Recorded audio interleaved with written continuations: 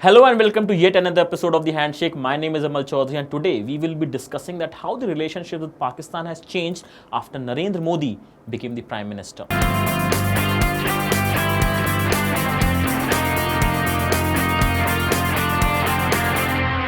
The Pakistan deep state has never responded well to peace gestures.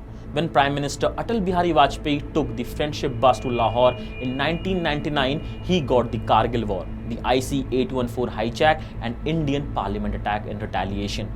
His successor Manmohan Singh saw durable peace with Pervez Musharraf, assuming that this would have Pakistani military consent. But all he got was a bunch of terrorist strikes by the Pakistani-created Indian Mujahideen and the November 2008 Mumbai terrorist attack. What's often forgotten is that Prime Minister Narendra Modi had no different an experience. He made a surprise stopover at Lahore on his way back from Kabul in December 2015 to wish his then counterpart Nawaz Sharif on his daughter's wedding. A week later, the Jaish-e-Mohammed attacked the Pathankot airbase in Punjab. Fortunately, Indian forces managed to thwart that was the intended to be a high-impact attack involving destruction of Indian Air Force fighters and other assets. So how would the same deep state respond now when India is on the offensive?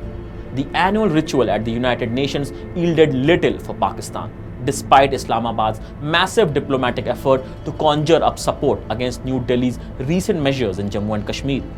The Taliban peace deal, in which Pakistan was playing an important role, has suffered a setback for now. US President Donald Trump is cross, and to make matters worse, uncertainty looms large over what happens next at the Financial Action Task Force meet in Paris later this month. Pakistan desperately wants the global spotlight to fall on Kashmir, but having met with little success at the UN both in Geneva and New York, Islamabad is clearly running out of options.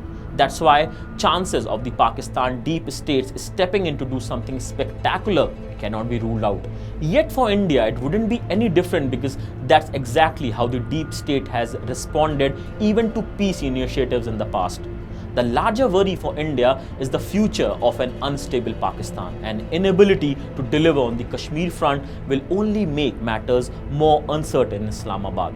This will inevitably impact India. Pakistan PM Imran Khan has callously raised the spectre of a nuclear conflict, which by itself may not mean much except raising serious doubts over continued safety of this capability in the hands of Pakistani army.